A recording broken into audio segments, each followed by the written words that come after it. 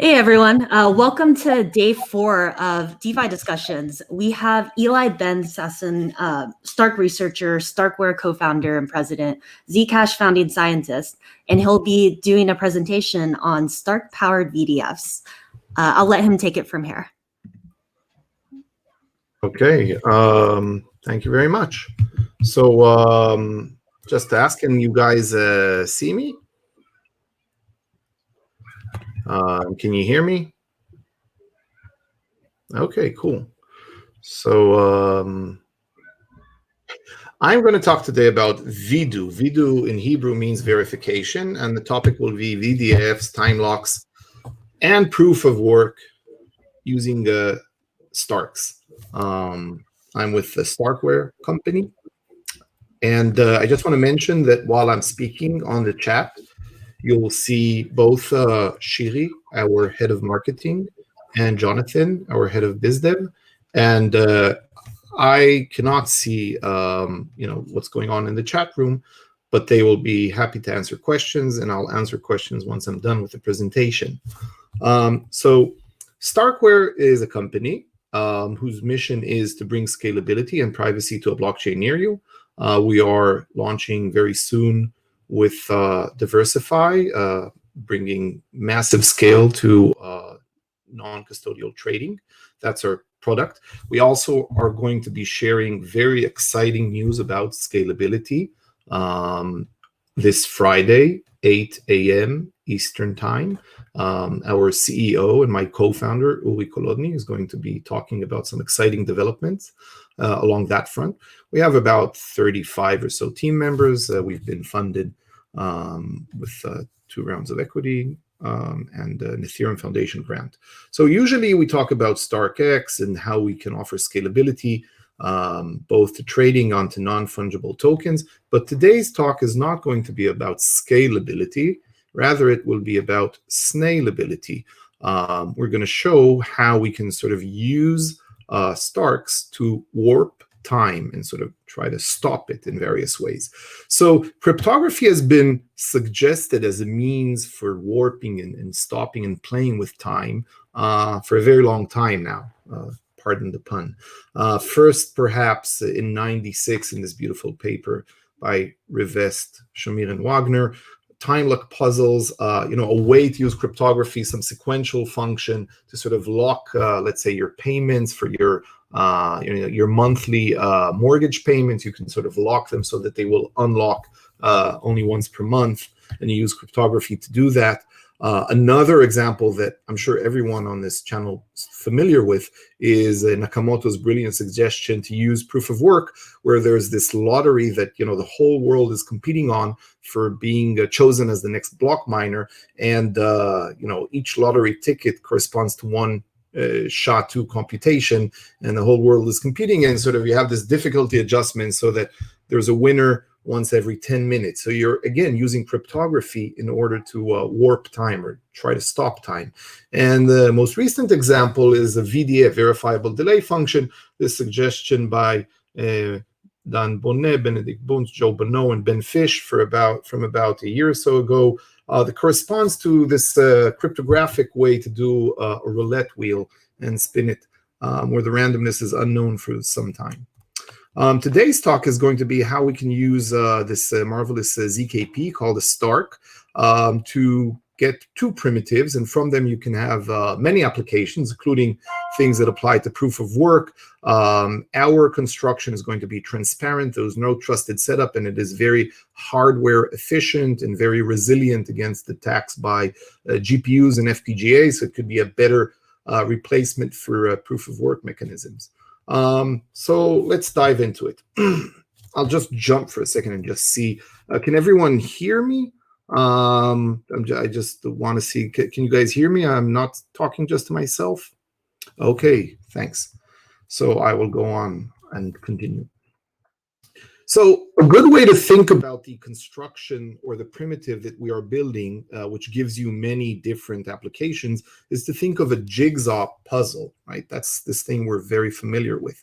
So the 3 properties of a jigsaw puzzle is that if you see it all made up, you can very quickly, mess it up. that takes very short time, right? Anyone with kids knows this. On the other side, assembling it back together takes much longer.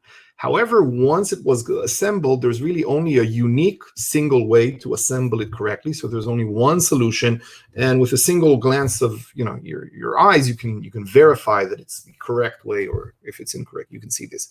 So we'll ask for some cryptographic analog that has these three properties. It's very quick to disassemble, it takes much longer to assemble, and it has a unique solution that is easily verifiable. So suppose we have such a thing, then we can get two different primitives from it for the price of one. So we can get a verifiable delay function in the following way, and think of a jigsaw puzzle. So you take a large blank square, right, and then what you do is you cut your jigsaw puzzle outline.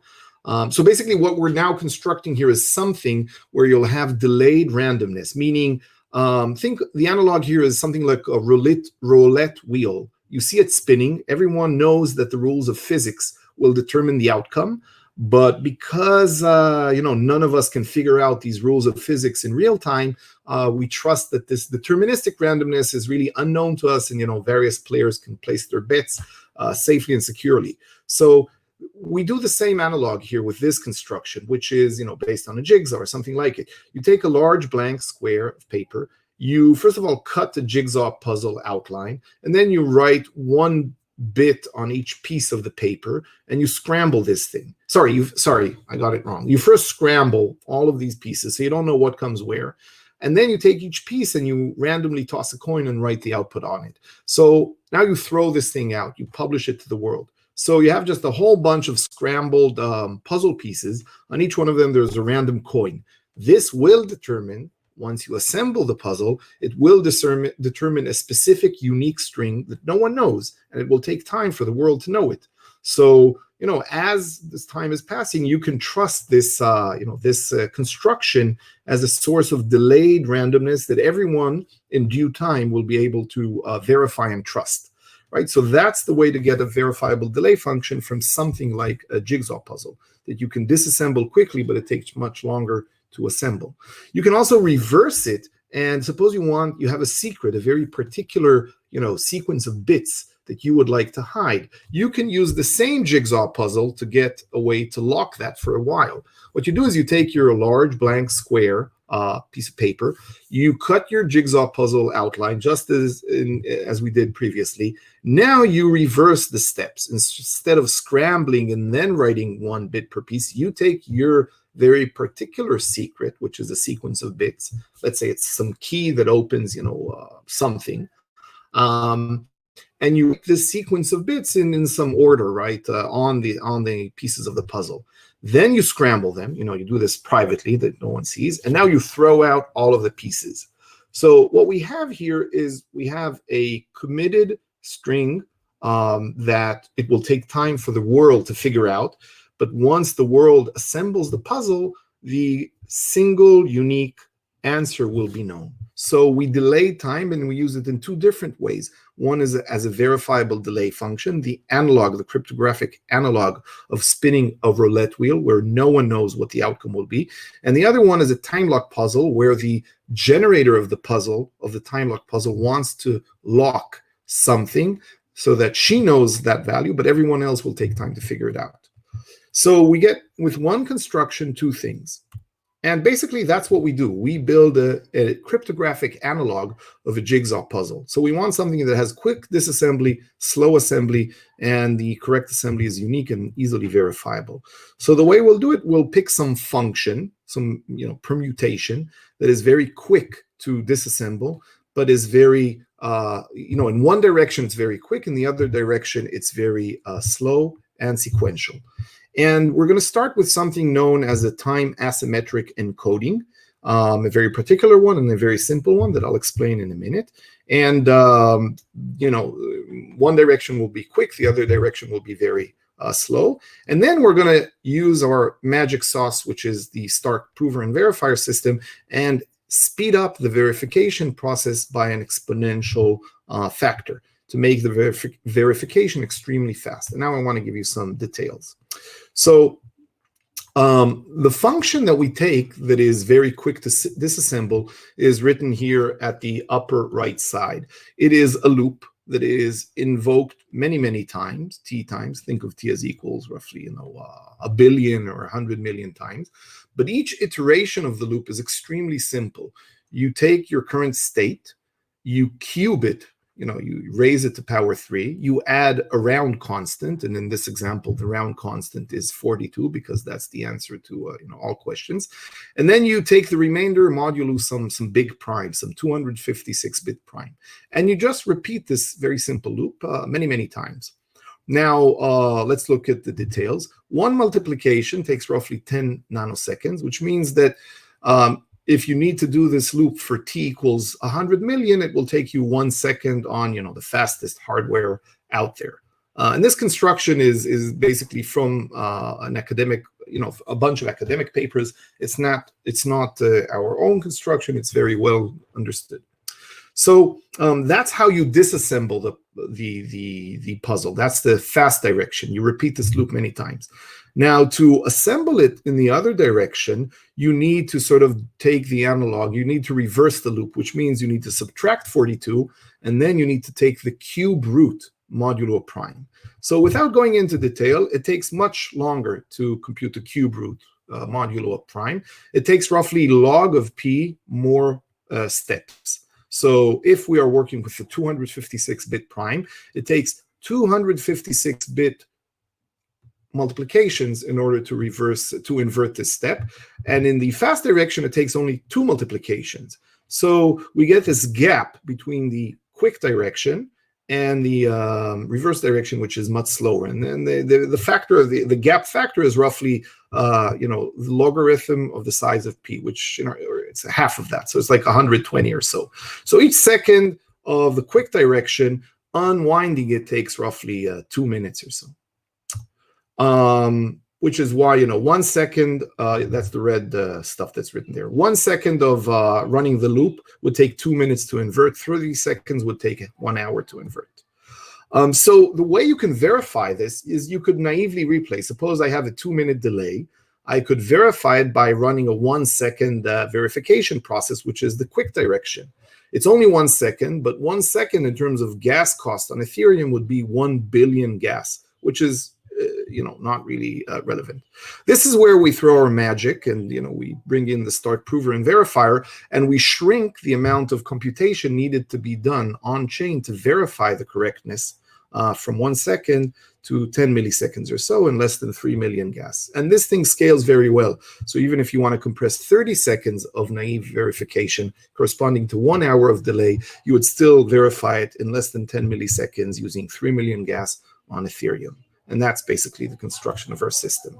Now, I just want to show you some measurements. This is a system that we're actually, in the final stages of building for deployment on Ethereum as a service, the VeeDo service that I want to give you more details in a few minutes. And these are some numbers. Let's look at the middle row. So if you want to disassemble, if you want a delay time of 15 minutes, it corresponds to a time lock of 7 seconds. So if you want to hide a secret for 15 minutes, your smartphone will need to run for 7 seconds in order to lock that. And then our proving service time, the stuff that runs the start prover, which compresses the verification process exponentially, runs for 3 extra minutes to generate the proof. The proof itself will be less than 50 kilobytes long, and the verifier gas will be less than 3 million. And this is, the proof will require some hefty machine. But that machine is, on an Amazon cloud and not seen by the blockchain. There are various ways to speed up computing the slow direction, and there are various mitigations for them. So I'll just go over quickly. If someone spends enough money and builds an ASIC for modular 256-bit multiplication, you can shrink it down by a factor 5 to 10, making the delay, less certain. Someone can apply parallelization and sort of reduce the amortized delay. And there's one mitigation that we'll probably use at various points in our service, which is namely to play around with the exact modulus that you're using. Let's say we're going to probably use a 128-bit prime, and we can use a state that has not one but more variables, and we can increase the degree. And this deals pretty nicely with all of the existing attacks that we are aware of, and makes them sort of not very practical. And we'll be happy to discuss details offline about this. So there are other ways of generating VDFs. You can use RSA-based groups. That's what the VDF Alliance is working on. There are class groups. That's the stuff that's employed by Chia. The modulus size for those constructions is significantly larger. We can work. We can create VeeDo with modulus that is as small as 64 or 128 bits. This is very important because it means that the hardware that we all have access to on our laptops and desktops already has very fast 64-bit and 128-bit multiplication.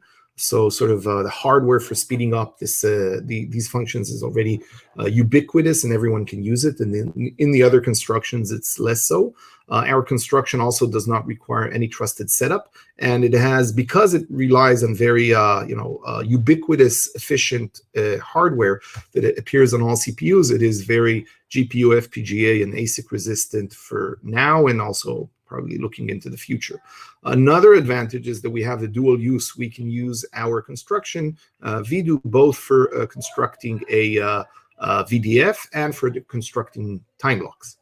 So now I want to give you some examples of how we can instantiate this one primitive and get things that might be useful for the community out there. And as I said, and I'll give some details, we'll be offering this as a service to dApp developers over Ethereum.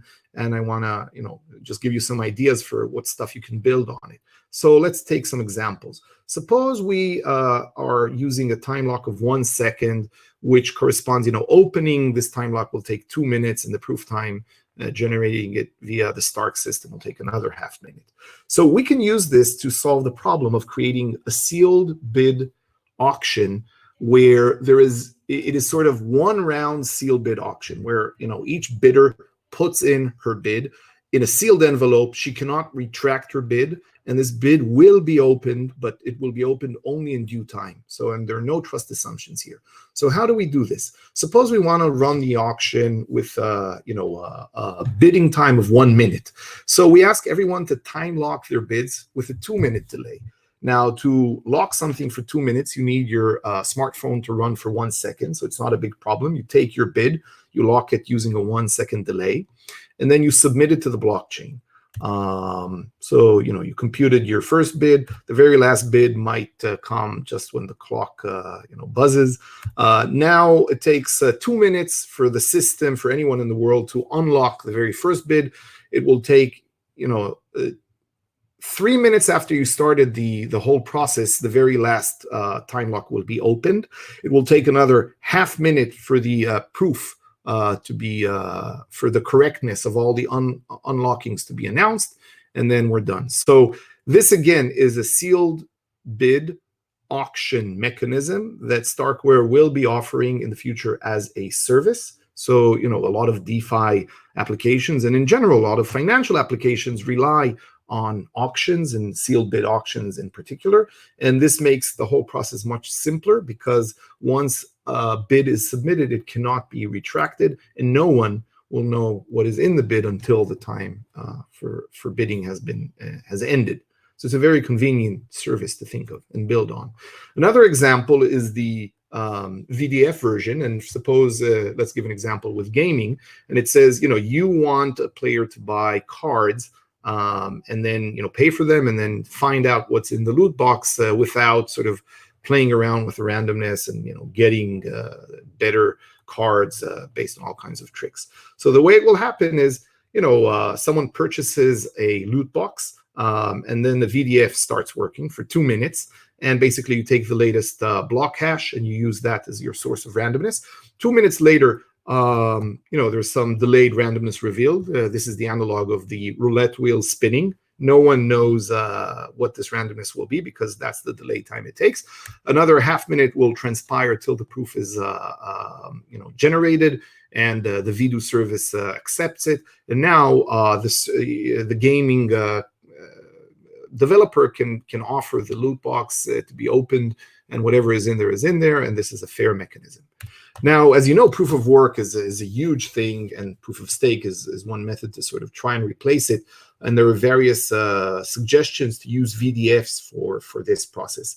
And just without going into details, because this is a huge topic, I want to give another example where you can use our VeeDo for leader election. You want to know who will be the miner that will, or the validator that will be in charge of some block in the future. So assuming the maximal reorg time, let's say, is 5 minutes, what you want to do is run the delay function for 15 minutes and have the randomness that comes out of the VDF after 15 minutes. You want that to be the thing that determines who will be the next validator. So this is, in a nutshell, the way that proof of stake in various forms can work. And the main advantage of using VeeDo, the VDF with Stark, is that because the modulus of the fields we work with are very small, our VDF is extremely CPU efficient, right? Because it really just requires 64-bit multiplication. Because of that, it is extremely resistant to things like GPU, FPGAs, and ASICs. So you could tomorrow use this as a replacement for proof of work that would be less electricity guzzling. You can also invoke it inside a proof of work mechanism where you also add some difficulty level to it and sort of have a CPU-based proof of work algorithm. And this is also extremely exciting. So I went over the two functionalities, and I showed you the time lock puzzle and the verifiable delay function, all of them part of this one service that we call VeeDo, which is the Stark-based VDF. You can use it for proof of work, for sealed bid auctions. You can use it for fair randomness, for front-running protection, for leader election, sortition governance, and many, many applications. So one last thing that I want to mention and highlight. This is ready for deployment. You have many, many applications. I'm not sure if infinity, many of them, but certainly a lot that come to mind. And because of this, we will offer this as a service in a few weeks' time. We're sort of finalizing the construction. We want this service to be, running for developers to build on.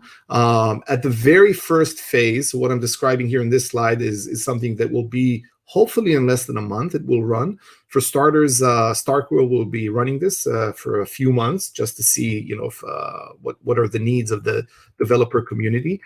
So we will have this service that every 3 hours generates a VeeDo, a Stark VDF delay for 10 minutes with a proving time of roughly 2 minutes after that. And it will basically, rise up every 3 hours, read the latest block hash or so, generate a delay for 10 minutes, compute a VDF for 10 minutes, prove that this output is correct, and then sort of go down and sleep for another 3 hours. So you can use this in all kinds of applications that need fair randomness, for lotteries or for all kinds of games or for front-running protection, things like that. We hope people will use this. If you want to learn more, first of all, please follow us at Starkware Ltd. And feel free to reach out to VeeDo at starkware.co. You should also follow us, not just because of the VeeDo stuff that we described here, but also, as I said, we have very exciting announcements in roughly 4 days that we'll be making regarding StarkX, our scalability engine. And with this, I will go back to the chat room and sort of answer questions if there are any. So I see there are 4 questions. I'll start with them. So can you provide a link to the slides? So I think we will provide a link to the slides, Stefan. Yes. So as I said, Shiri and I see that Jonathan already has sent a link to the slides. So please use that. You can see that in the chat room. Okay, next question. Does the prover have to wait until the computation trace is finished, or can the prover be parallel pipeline with the trace? So it's the latter. The prover can be parallel pipeline with the trace. If the need will be that you want very small latency, we can definitely decrease significantly the latency. It is not something that will be in the very first invocation, like the phase 0 service that I mentioned, but it is definitely possible. Okay, is the delay time precise? So the answer is no, the delay time cannot be precise, meaning can we, so for instance, if you are running a CPU at clock speed, clock rate of 4 gigahertz, and I'm running one at 3 gigahertz, then you already have a 25% difference there. So it cannot be precise for any VDF that I am aware of. What you can do is, for all purposes that we are targeting, it is sufficient that you have good estimates for the absolute minimal delay time that you're targeting. So if it's 10 minutes, you're fine if someone can do it maybe in 7 minutes, but what you want to be sure is that no one can do it, let's say, in 10 seconds. Then you might have a problem. So it's not precise, not for our VDF, not for any other VDF I'm aware of, but that's sort of fine in the applications. Next question. Okay. There seems to be, so Ken is asking, there seems to be an assumption that all participants have the same computing power. How do you account for variances in computer power between users? So as I said, I think this is the same question. Okay, you asked also the previous question. So I hope my answer, satisfies that. You have a variance. What you want is to have some absolute, some confidence in the absolute fastest time that anyone can do it. And I think that with CPU-based things based on 64-bit multipliers, that's as good an assumption as I can think of. Okay. Rahul is asking, can Starkware software be retrofitted into any blockchain? So the short answer is yes. The longer answer is that if this blockchain allows for layer 2 solutions, then definitely very easily yes. If it is something like Bitcoin that you have or Zcash, where basically you don't have Turing completeness and not all functions can go there, then that would require some hard fork that will allow it. So that's the answer to that question. But any Turing complete or any EVM compatible or anything that allows arbitrary smart contracts would be sufficient. Okay, Richard is asking, can this be a sustainable business for Starkware, or will it be open source? So first of all, no one said that this necessarily must contradict, because you could open source various things and still offer things like freemiums or things like batching, auctions or services with a high service agreement level, which some applications will need. So this is a terrific question, and that's one of the reasons that we are doing this service, to try and and explore, can this be a sustainable business for Starkware? Well, we wouldn't be doing this if we wouldn't think that there is at least some chance that it could lead to sustainable business in various ways, but it's not certain. So this is definitely exploratory on our part. Okay, is Jigsaw the new Waldo? Okay, I like this question. So first of all, when I talk about zero knowledge proofs, I don't like the where's Waldo thing. Is Jigsaw the new Waldo? Well, I don't know. Jigsaw is a very good analog for explaining our construction. Waldo has been used to explain the sort of, what zero knowledge is. Okay. So I think our time is almost up. So as you can see in the chat, Shiri, our head of marketing, is saying, that you can please follow us, ask them at Starkware Ltd, and we'll all jump over there. So Jonathan, our head of business development, Shiri, head of marketing, and myself will be there. Thank you very, very much. Great questions. And thanks, Shinju, for inviting us to speak here. And looking forward to servicing the community with this service. Yeah, I will answer directly as well. No worries. But Shiri and Jonathan are just as good. Okay. Bye. All right. Thank you guys so much. We're going to transition to the next session now.